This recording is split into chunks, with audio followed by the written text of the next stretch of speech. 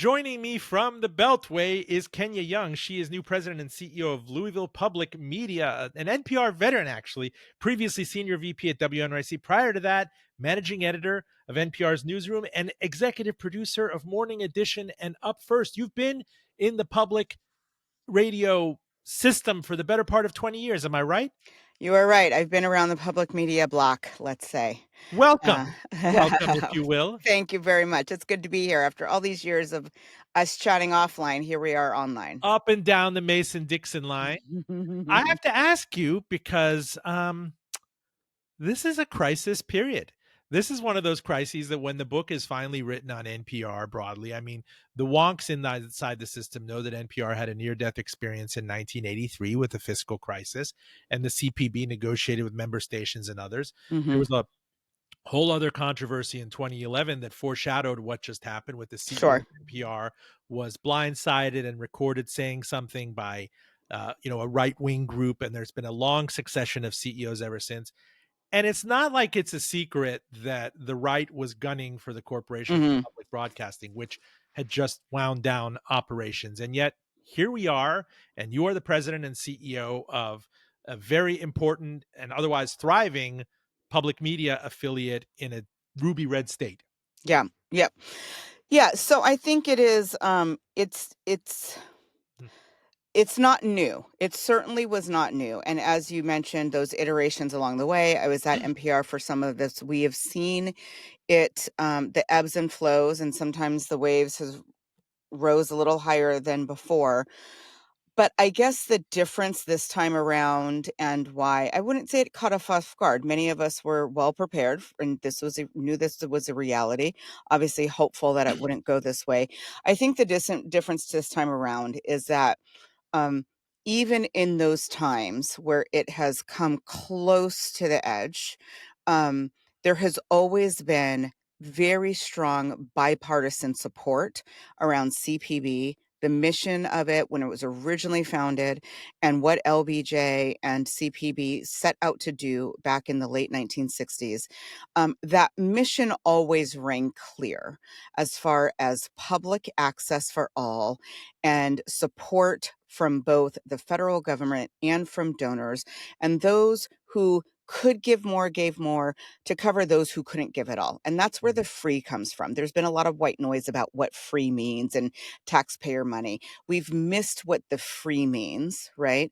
And we've missed what the mission is. And so in those other times where even there were critics to public media, even when there were rallying cries from the right or about philosophies and public political leanings, there was always, right, you have the balance scales, and this that noise was on here, and on the other side was the in the scale was the reality of both the mission and what the good of public media, right?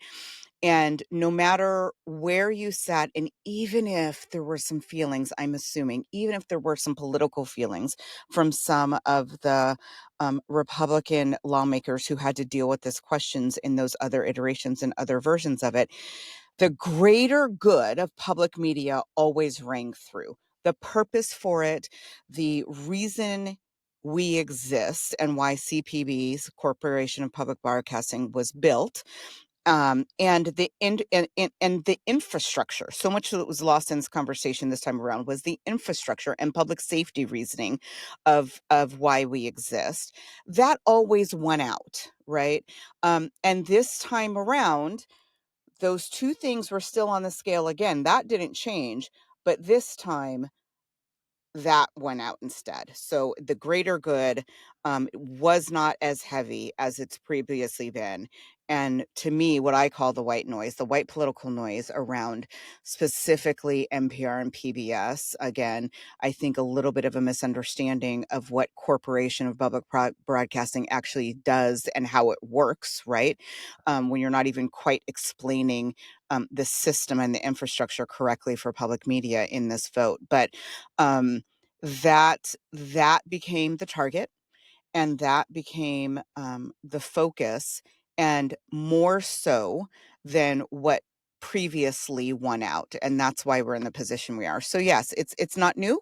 But I think the thinking is we've been here before, and every single time, as a public media veteran, as you mentioned, every single time and every single conversation, every time I went to my Kentucky senators or representatives or asked those in the public, in the community to voice support for us, it was about, in the end, there is a larger public mission at the center and focus and core of this that we need to remember. And that did not win out this time. Why? What about this pronounced backlash to, and I'm going to ask you to define it, woke?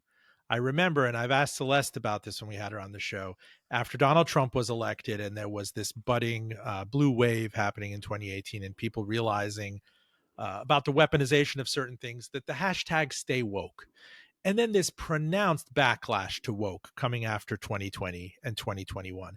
What is it about NPR that lends itself to being kind of bucketed with woke, with DEI, with whatever mind syndrome it is, that suddenly made this palatable in an extraordinary rescission measure on Capitol Hill to suddenly defund CPB and Yeah. Bulletproof Group? I mean, I think it's exactly what I alluded to before, which is that we're in a space where I was just doing a talk for NPR about an hour or so ago on somewhat on this topic and about diversity, equity, inclusion, and the work that still needs to be done in this wake. I think what's happening and what has happened is that whether it's woke, whether it's DEI, whether it's, as I mentioned before, the public mission, what public good means and what public service means, those definitions are being forgotten of what they really stand for and really mean. And there's a politicalization and, quite honestly, a weaponization instead, for whatever reason. I can't begin to surmise the thinking behind that. But when that gets so loud, and you forget the cause and the purpose of why, you forget the purpose and mission of journalism. I've worked in those NPR walls for 16 years. I've booked those shows, I've written those scripts, I've edited those hosts. I can 1000% say that the mission there, the goal is, the job of journalists within those spaces is to illustrate a diverse variety of opinions, perspectives, lived experiences, values in a news story, right? Like, the whole point is that there's no one way to experience a news story. There's no one way to live life out in America. And our job is to showcase that. Our job is to illustrate that. And our job is to show those lived experiences and ideas and thoughts and opinions from so many different corners of all the communities of this country, and even globally at NPR. What happens is we are living in a space where, quite honestly, people don't want to hear that. That's what this is really about. And that's on the right side, on the left side. We are living in a space of social media and echo chambers and feeds, and we get to choose what we hear, and we I get to mean, you choose what we truly, see. truly get to choose. I've compared it to Mongolian barbecue. You could come in Yeah, and you could take a sliver of you anything and pack it up absolutely and plunk can. it in. I could find the most esoteric, politically, custom tailored to my tastes and just silo into that. And And where I that's compare not it to someone, unusual. I compare it to a Steven Skeep or an Osma Holler, to these people who are generalists, right? I'm clearly on Here and Now a lot, where I want that magazine perspective. Teach me something I don't know. Take me somewhere. Teach me about the harvesting of bug That's larvae right. to feed That's chicken. right. I just like, the driveway moments. But there are other times where I want something that's kind of like a warm blanket. I want something that's it's a comfort food. And that's been great, as you know, and I'm going to use this to get you into the explosion of podcasting and people turning to their own silos. Again, it's like, it's not just Fox News versus the rest of cable news and the networks. They're different striations. You could Yes. go out into digital and go as funky and as conspiratorial or as neoclassical liberal or however you want. and it's very hard to stay germane and to stay at least break even if you're someone like an NPR or PBS in that big cultural and technological shift. No, that's exactly right. And if you I'm not even going to say if you don't have the will, or if you're not intentional, or if you're not seeking curiosity and education, because I think we many times I have found myself in that bucket. I have found myself within my feed and within my silo, and it skews my perception of how people think. And you suddenly think everyone around you is thinking that way. That's right. And it is our absolute job and responsibility, not just as journalists, but as humans, to hear what other people are saying. I will admit, like, I've been challenged at who I put on the air. I've been challenged at some subjects and sources of why would you give them a platform? Why would we want to hear from them? Well, I think that you need to hear from even those you don't want to hear from to help understand why some things are happening, to help understand why we get to where we get sometimes, right? And so, and I think if it's done in both a civil way, but if we can look at conversations as civic dialogue, if we can look at conversations as, because here's the truth, we don't want everyone to be 100% agree. Why would we want that? That's not what a democracy in America was built on either. We don't want it to be 100% right leaning and thinking, and we don't want it to be 100% left leaning and thinking. That is not the purpose, and that's not what NPR ever set out to do. And research, Pew Research and Pointer Research over the years have continued to show that NPR is considered the most trusted and the most credible, and within the spaces of the center. And so, you know, but for some reason, we've moved into a space where it's like that is supposed to be what we want, that everyone is supposed to think the way that you think, no matter where. And I'm talking any lane and any aisle and any seat that you are in. I hear it on the left side and I hear it on the right side. They don't want to hear from each other. And so what happens, I think, this is solely my opinion and outside of NPR's walls for 4 years, but obviously still airing NPR's content and still being a part of public media. What happens is a listener, a subscriber, a member or reader, if we're digital, in that one space sees or hears something that they don't agree with or they don't like, and blows it up to be very hyperbolic and in a way that that's all they do. That's all they do. And the truth of the matter is, um, NPR and public media and newspapers and digital, like, it's all a collective body of work. Right. And what happens so often is someone lands on one segment of Morning Edition or one episode of On the Media or one afternoon of All Things Considered, and may hear something that they don't agree with or they don't like in that moment. And suddenly we're in a space where, oh, that's all that they do. And we can't have a conversation about what was on that morning or the opposing view that was on the day before. Like, no one's looking in the collective body. And Robin, find ourselves in um, it seems like we're living in a very reactive human experience, um, or yeah, like it's not just political. It's like that's, and I don't know if that's social media technology. I don't know what to attribute it, but the experience of being human has become very reactive, and everything is happening in that very moment without a broader brush and scope of what's really going on around us. And it's hard to pull out of that when you have these silos, and it's hard to pull out of that when one side or one group of people or one lane is coalescing around a false premise or a misguided perception. And it's really tough to cut through that noise, you know?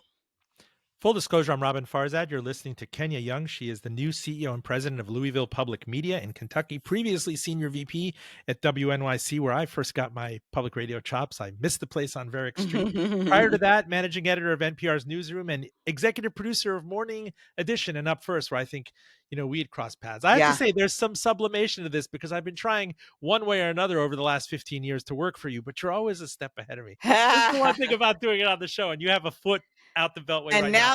now I'm on your show. Look at that. But let me tell you what my introduction was to all of NPR broadly. It was the year 2002 or 2003, and as someone Sarah Saracen used to work on the show All Things Considered, and she saw some of my writing in the magazine world, and I got a call out of the blue and said, "Would you be interested in Mm, your voice kind of lends itself to commentary?" And I mhm, started doing All Things Considered tapings at some studio on Third Ave in New York. And I got to tell you, for as difficult as it was as a writer who's told by an editor, imagine 1,500 words and taking it down to measure to 4 minutes and 10 seconds, mm, and the discipline and the cadence and everything, for as difficult as it was for me, for as fraudulent as I felt, when that aired on ATC in the mm, afternoon, and I started hearing from my kindergarten teacher, from mm. people I had not seen in or heard of from decades, who had Googled me, who had, I don't know, but what you used to do back then in Yeah. 2003.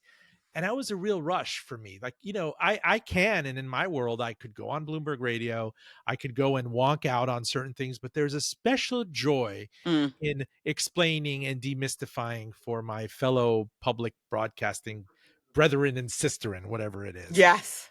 My question to you, because Sarah was then, the next time I was in touch with her, was head of building out the NPR One app. Mhm. And I wonder if a lot of this consternation is an innovation problem. You might have read a Mm. piece that a contemporary of ours wrote for Slate, Alicia Montgomery, last year or Mhm. the year before. NPR, for all of its utility and usefulness, was overwhelmingly, the member stations that I dealt with. And this is an innovator's dilemma. If you made money through pledge drives and the supremacy of the radio and the tallest tower in town, that's what you knew how to drive. There's Mm. no way anybody could tell you, be comfortable moving this to an app, paywalling it behind an app like Netflix and others did. Do you know what Mhm. I'm saying? It's Mhm. not Mhm. like the mothership or these member stations of which you're about to become CEO of spoke that language. And Yeah. now the entire media universe is dealing with this. ABC, they've been bullied by Donald Trump. CBS, you saw the 60 Minutes Paramount thing. It's kind of nothing personal. And it's, if you don't innovate, you're going to fade. Yeah, no, I would wholeheartedly agree with that. And one, props out to Sarah Saracen, who that's so funny you mentioned her name. I thought of her this morning because I am writing an op-ed and I'm like 150 words over. And I was like, I need, and there's a firewall between the CEO and content teams and blah, blah, blah. Yeah. So I wasn't going to get an editor for my own shop. But I was like, I need to think about, I was like, who are the best editors I know in the business? I want them to take a stab at it. And far and beyond, Sarah Saracen came into my mind. She is one of the best editors in the business. So props to you that she saw No, that you she found and me, she that found she you. found That's what me. I'm saying. But Like, then that's I have to saying a say, lot. time out. When I was doing things like Tell Me More or doing Here and Now or All Things Considered Morning Edition, they specifically would say, please don't mention your show on NPR One or the NPR app, which I thought was a little strange. Hmm. Right? That was inimical to the interests of the member stations. Yeah. That was, some people did cover it. I've talked to David Folkenflick and others, and I was like, all right, you could call me, I'd be a private dancer, Yeah. dancer Yep. for Yeah. money, whatever you want. I'm sorry. That's just the way I work. It's No. before your time, that reference. I put Not in no, little, it's not. take a compliment, if you will. I put in little Easter eggs for my listeners. But Yes. isn't that a little strange, too, that your cutting edge, innovative product, you're Uh-huh. telling us don't mention it on air? No, listen.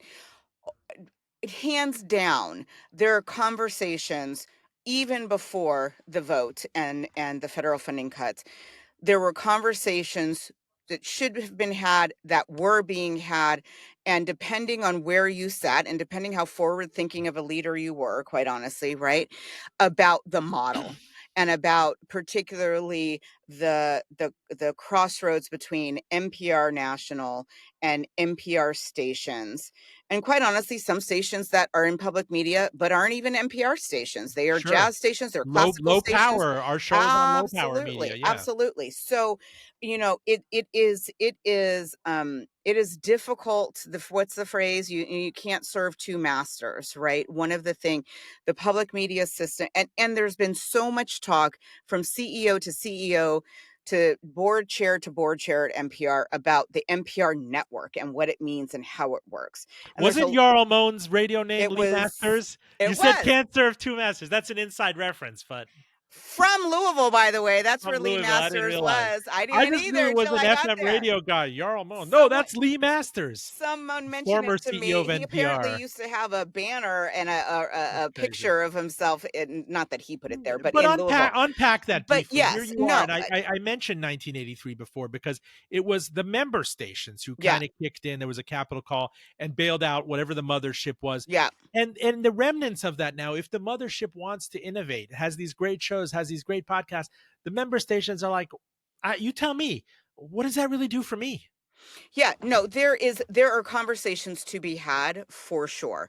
This is something that we need to figure out. It's been a conversation to be had. The truth of the matter is some have been willing to have them and some of them not been.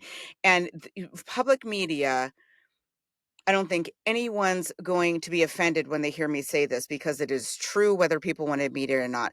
We can be very institutional and we can be very, this is the way it's always been, or this is how we do things. And that is going to bite us, right? It cannot be. I've actually been in meetings, even just on the granular level of, in a department or something.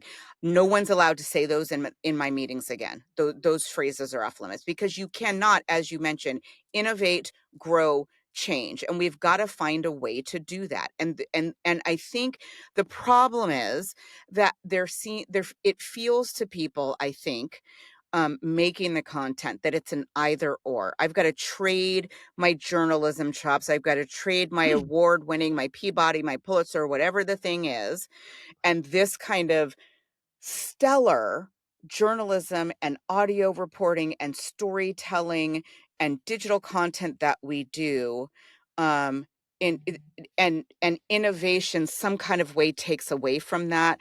We felt that in the digital age when we were talking about back then, 2009, 10, even 11, 14, when we were trying to figure out how we show up on the web and how when we innovated Up First, when Sarah Gilbert and Neil Carruth really should be credited for Up First, like that was revolutionary. But would Up First All have of those, happened? Would Up First have happened if you didn't have a bunch of NPR apostates go off to the New York Times and other places and build that inside a New York Times? This is tough love. Like, would I, NPR have done it on its own metabolism? well, I think that was its metabolism because I think we could say it was a little bit late, right? I think, like you said, it may have been reactive. We certainly could have been ahead the curve, and luckily, what happened is, I think Up First is a great example of the both and. What happened is we did it. Maybe it was a little late to the game, but still quite innovative for public media. And still very good, right? Like you don't have to sacrifice one for the other. And I think a lot of times, we have a phrase that we've used in editorial meetings. I use them at New York and even at LPM. Certainly, I've heard it many times at NPR. It's like, do we want to be first or do we want to be right? And I wholeheartedly admit that the metabolism in public media is a little slow. It's gotten faster. It's not quite the tortoise, but it's not quite the hare yet, right?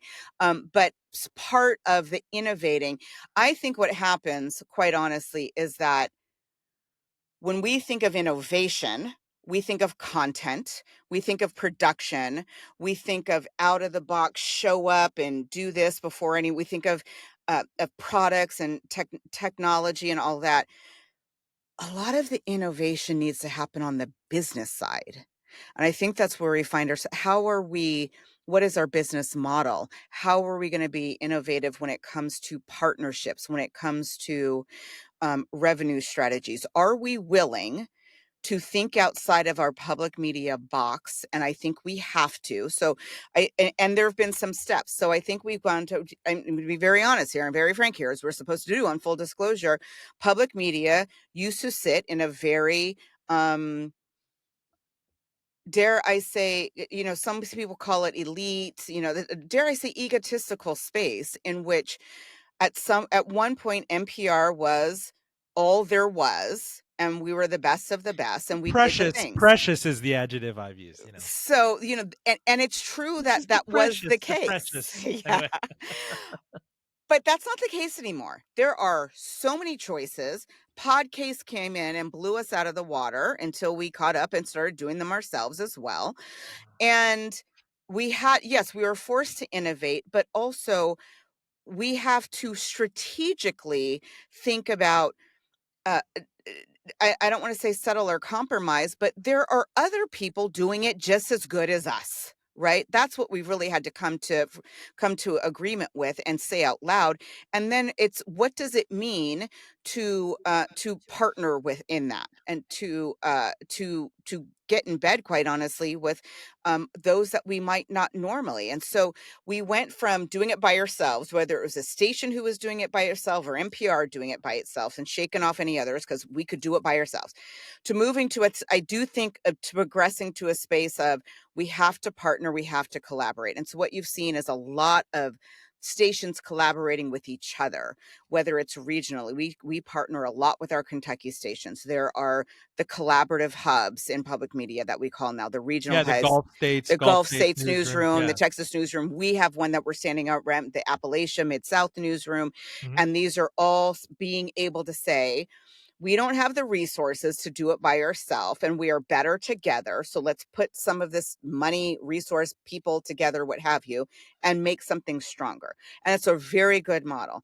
I think the next step in progression for us is to be able to do that same collaboration even outside of our public media partners. Oh, What wow. does it look like to I think a great example is the New Yorker Radio Hour out Or of the WNYC. New York Times podcast runs on a lot of member stations. That's right. I mean, we have to be the innovation. We have to be. I'm thinking about in Louisville, where there's such civic engagement, and my partners, yes, are public media partners and leaders, who are my peers, but inside Louisville, my partners are the president and CEO of the Speed Art Museum, of Mm. the Muhammad Ali Center, of the Goodwill Opportunity Center. There are some amazing things happening in Louisville, quite honestly blowing my mind, and there's some amazing leaders there, and I've got to get in to find a way to get in spaces with them and uplift LPM and partner with them in ways we traditionally never would. Yeah. Perfect example right now. I'm thinking about like how we show, one thing about brand awareness, right? How do we show up in the community?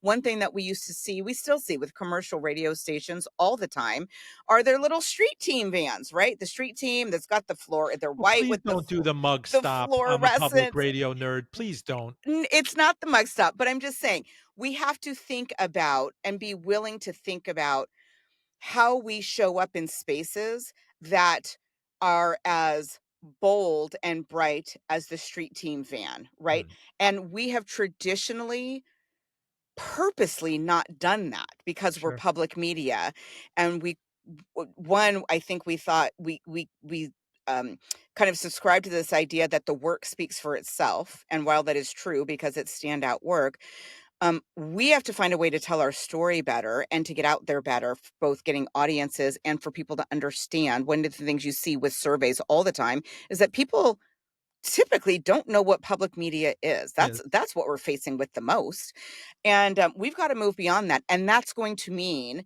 doing things in a different way than public media has traditionally done them. We've done this for a certain way for 50, 60, 70 years at some places. LPM just celebrated 75th anniversary. WNYC just celebrated centennial.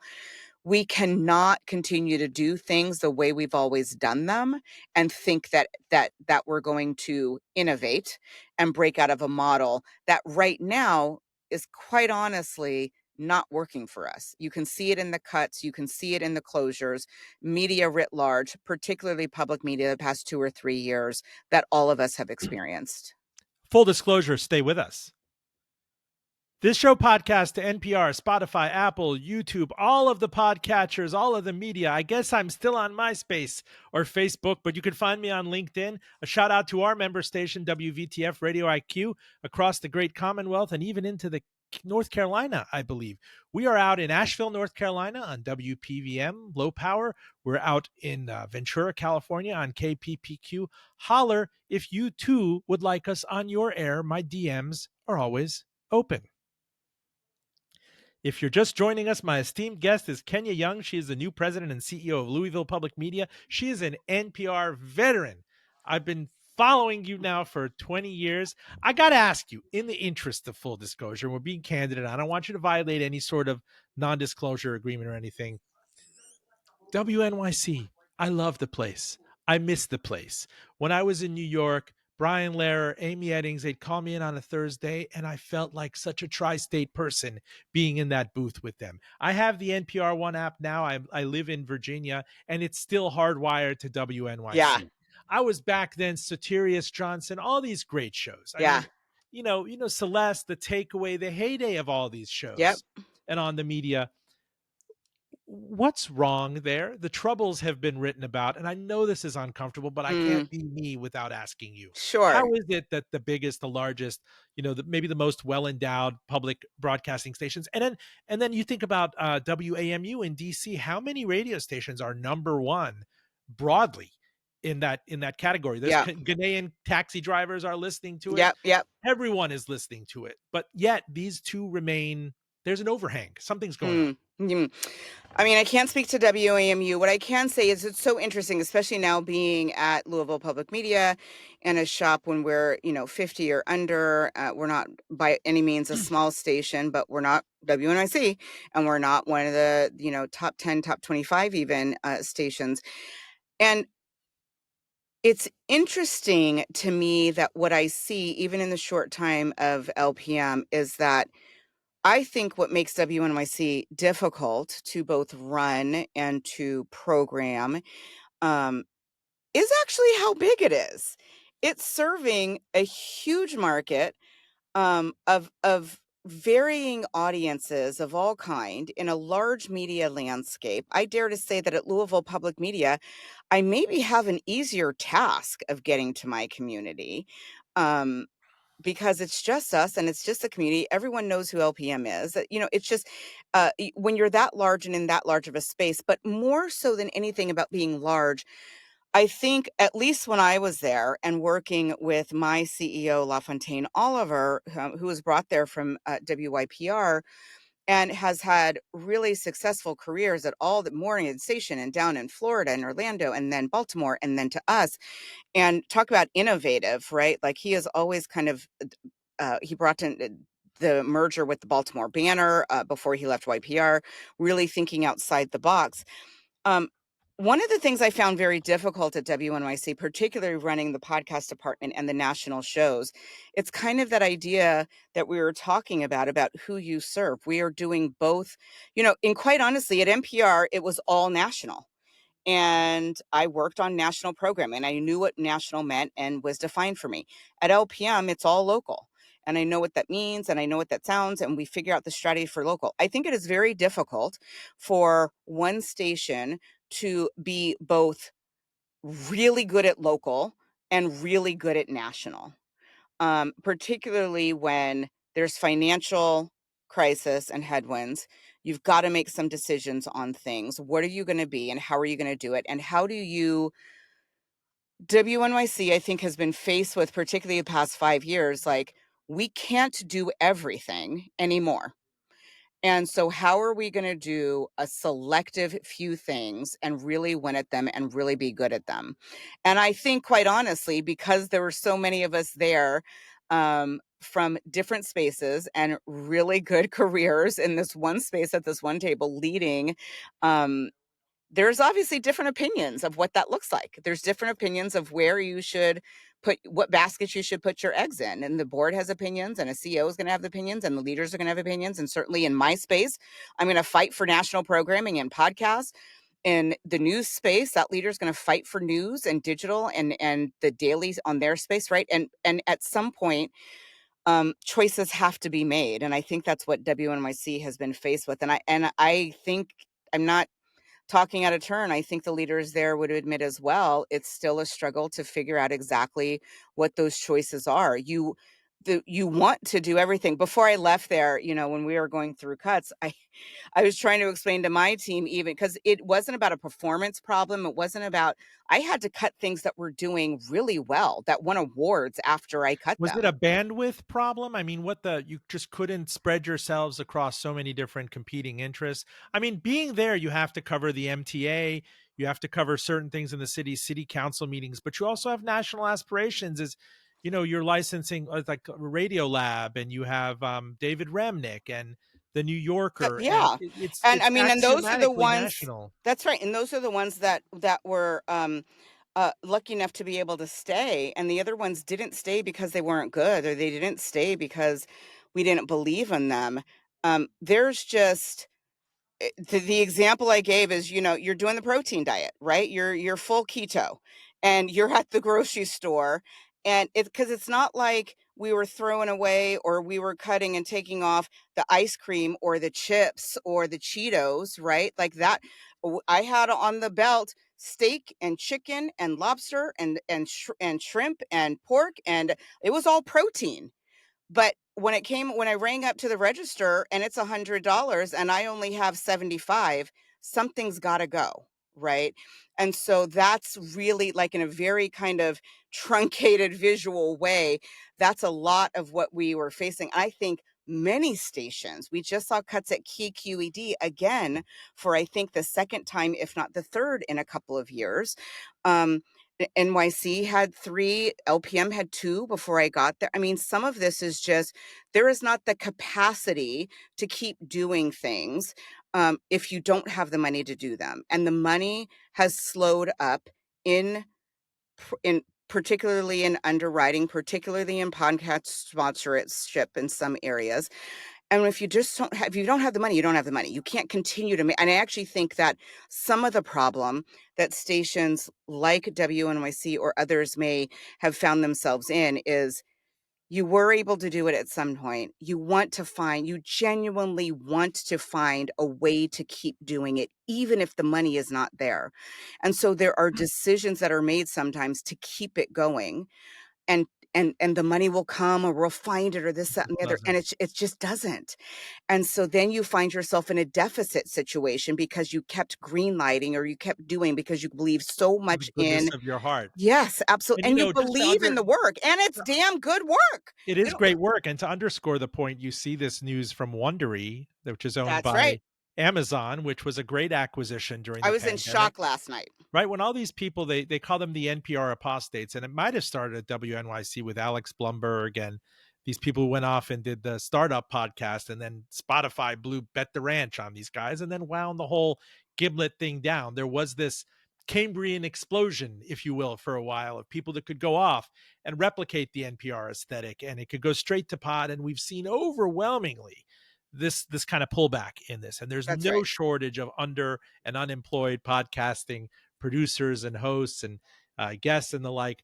But I think, taking it forward to talk about LPM, it's brutally hard to make a living on media right now broadly, but public media, you're going to have to come up with new solutions. It 100%. was the pledge drive, and there's still the supremacy of the pledge drive. I'm convinced that some emergency pledge drives over the last 2 weeks or 2 months have been successful. Hmm. But how long can you live off that? Like, Sure.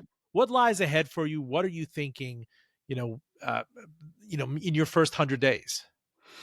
Yeah, I mean, that, I think that's the biggest thing that we have to get across, in that it's wonderful the way the community supported us. It's wonderful to be able to, I called it the Fill the Gap campaign, and to be able to get what we got, and what we lost, rather, the 4.5% for us, $376,000, and get that back in 24 hours, and significantly more within the first 4 days, or You needed to stitch up a $400,000 shortfall from CPB. just shy. Yep. I mean, I named what it is. I said, we are going to air. We are naming the amount. We are not shying around for it.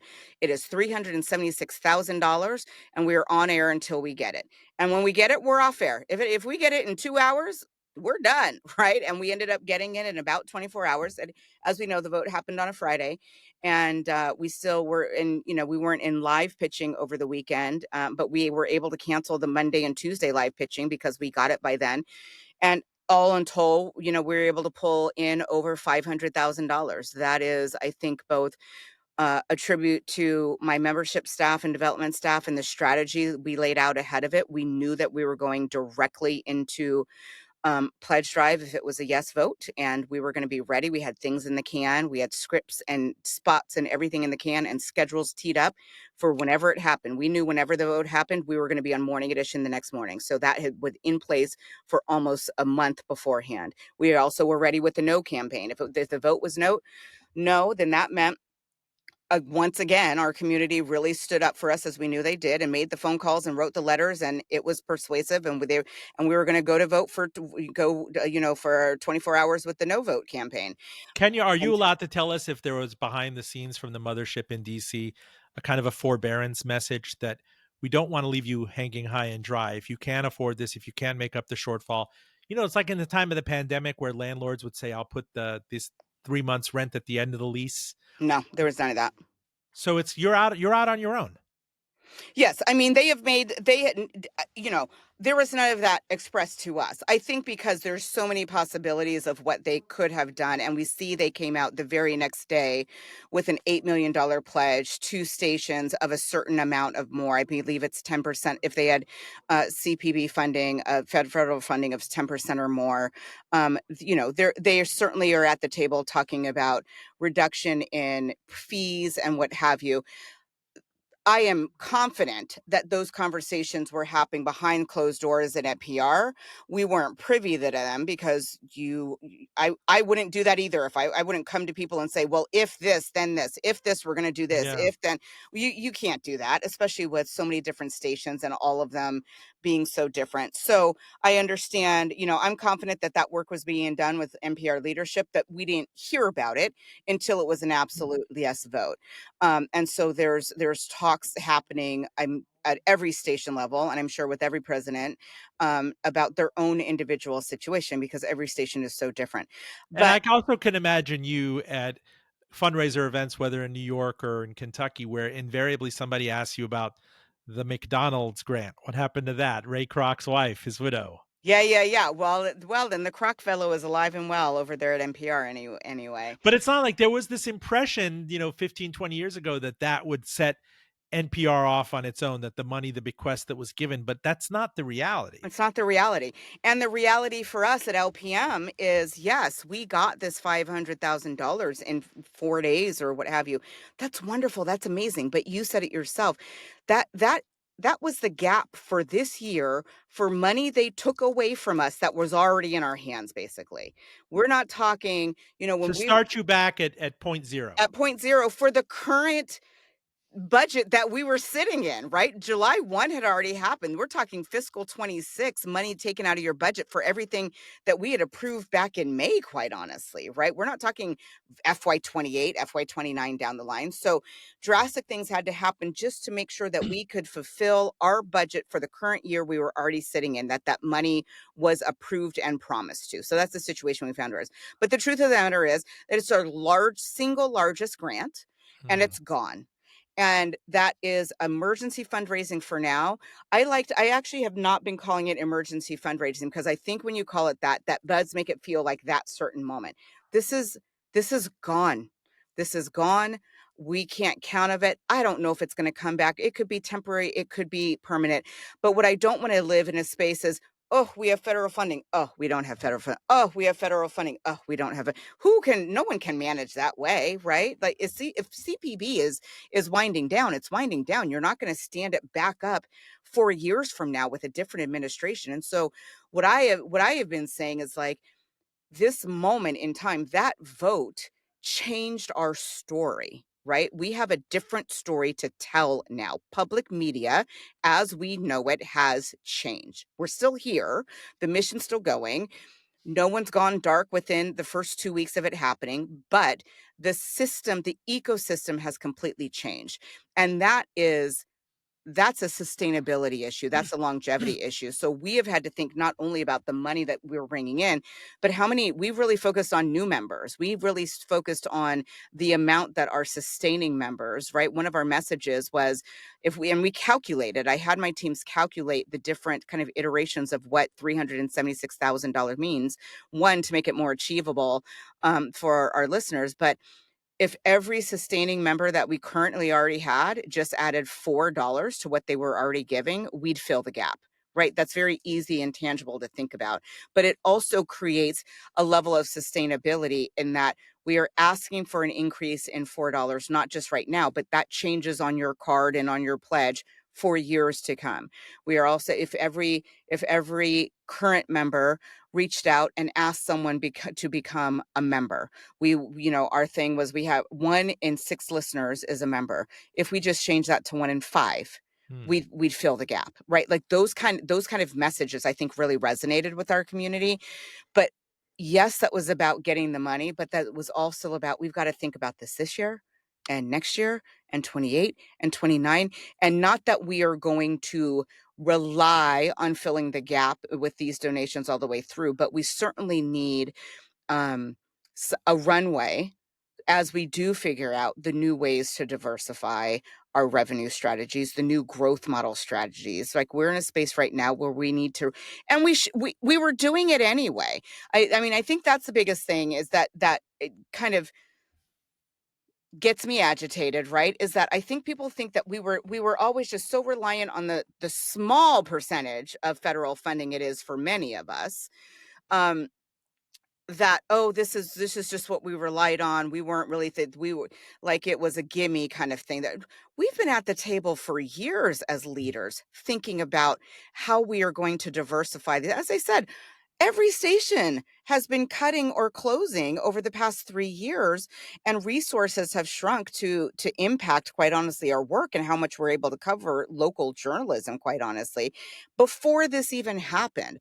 So to think that we were not already thinking about new ways to diversify, or that suddenly this is pushing us in a way that we've never thought before, it's maybe pushing us a little faster, but these are conversations we've been having to have for a long time. And I had in my recruitment coming to LPM and thinking about, here's some growth model strategies. Here's what we're going to have to think about. Here's how we're going to have to change membership. Here's your spaces of opportunity. And that's what we need to think. And now basically everyone had opportunity to grow. There's no station that I think that isn't thinking about growth and gaps and opportunities. And now federal funding's just become another one for us. Kenya, in the few minutes we have left with you, and this is great. I could do this forever because, like I said, sublimation is like the next best thing to working with you, which I've barely been able to do. Darn it, your fault. But I digress. This right here, like, brings up the Nuzum, the Eric Nuzum manifesto, which you could go and look up. Yes. I have this phone. I've Yep. had a smartphone now, and I can be in the worst jalopy of a vehicle, as you know. Could be a 2006 Camry banged up with 500,000 miles.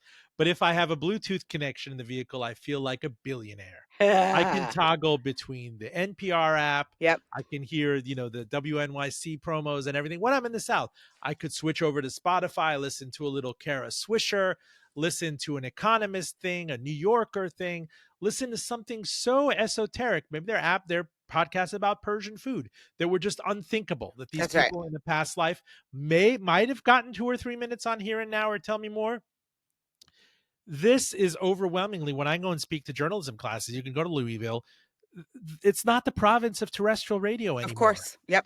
And how are you going to bring these 20, 30, 40 somethings into the mix to feel like sustaining members? It's an ancient riddle Yeah. that no one has cracked yet. That's If right. I love WNYC and I still give to WNYC where I am in Virginia because of the great experience, I got to tell you, it's like the exception of the rule. By the way, I also mooch on my brother's Netflix. I mooch on my brother's family Spotify. There's a tremendous amount of login fatigue. Having said all that, what you going to do? Yeah.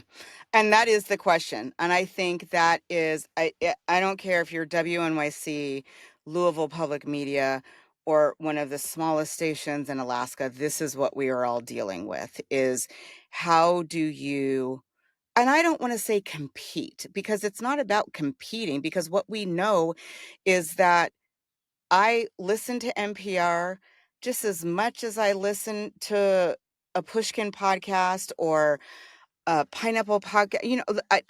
I think sometimes we underestimate our audience in thinking that they just want one thing. And so it's not about competition. It is about how we are showing up in that space to give, to be a part of people's choices. So for a very long time in public media, it was a build it or and they will come model. We are so good. We do such great work, and we don't have to worry about it, because if we just do it, they're going to come find us and they're going to come listen to us. And I'm not going to say that that was flawed. That may have worked for the time in the season that it worked. It doesn't work anymore. And we have to be, instead of working to become their habit, we have to go where inside the habit that they already have. We understand consumption. We've been programmed by Alexa and Netflix and Amazon. Granted, right? But you have to wrest the bone from the dog's mouth. You got to get revenue. And it seems like very, 100%. very few players, maybe the New York Times, maybe the Wall Street Journal, maybe Spotify is able to boil the frog And slowly, we've ever even so seen them slowly. have problems. They Right. haven't figured out completely the monetization of it. It's a tricky bag, and that's why media has gone through what it's gone through, both nonprofit and commercial. We saw it at CNN, we saw it at Vox, we just saw it, as you said, with Amazon and Wondery. Wondery. So no media is immune, because the landscape's changed in a way that I quite honestly we weren't ready for, and that we're catching up on, and that we're still trying to figure out. And that is the $1 million question right now, is how we show up in those spaces and monetize at the same time. I will say, and end on a good note, I was really, my heart just sang with the pledge drives that we did, an emergency drive, that you were talking about younger audiences and giving. And it is true, right? We have to think about our donors who give us a lot of money, but they're aging out and they're older and they're not as diverse as the younger, diverse audience that we want us to listen to us, but they're not traditionally the givers, right? And I talk a lot about the 1-3-5 giving plan that I think we should Mm. adopt for that age group, just to give them the the civic minded the civic minded thinking of giving, even if it's just the $1. Same thing we do if you go to church and you tell your kids just to give $1 of their allowance to tithes, right? You have to build the habit even at a young age. And so one of the things that happened with LPM when we were doing a drive, there's a group of kids in a neighborhood who put on a lemonade stand for us. That's And there beautiful. was a great sign. The little girl, her name was Jules, she drew a radio on the poster, WFPK, which is our music station. In the end, they put it on social media. They raised like $366 for us. And sure, there were people who gave us $500 and $1,000. That $366 meant so much to me, because one, it was about a neighborhood coalescing, but it was also, we brought the kids in the next week so that I could shake their hands and meet them and thank them, and we put them on the air as well. I'll send you some pictures. It was Let's very get a cute. license to do a THC lemonade stand at the Oh my University of gosh. Louisville, or I'll do an Let me adult bake tell sale you, for you. I'm You telling know, you.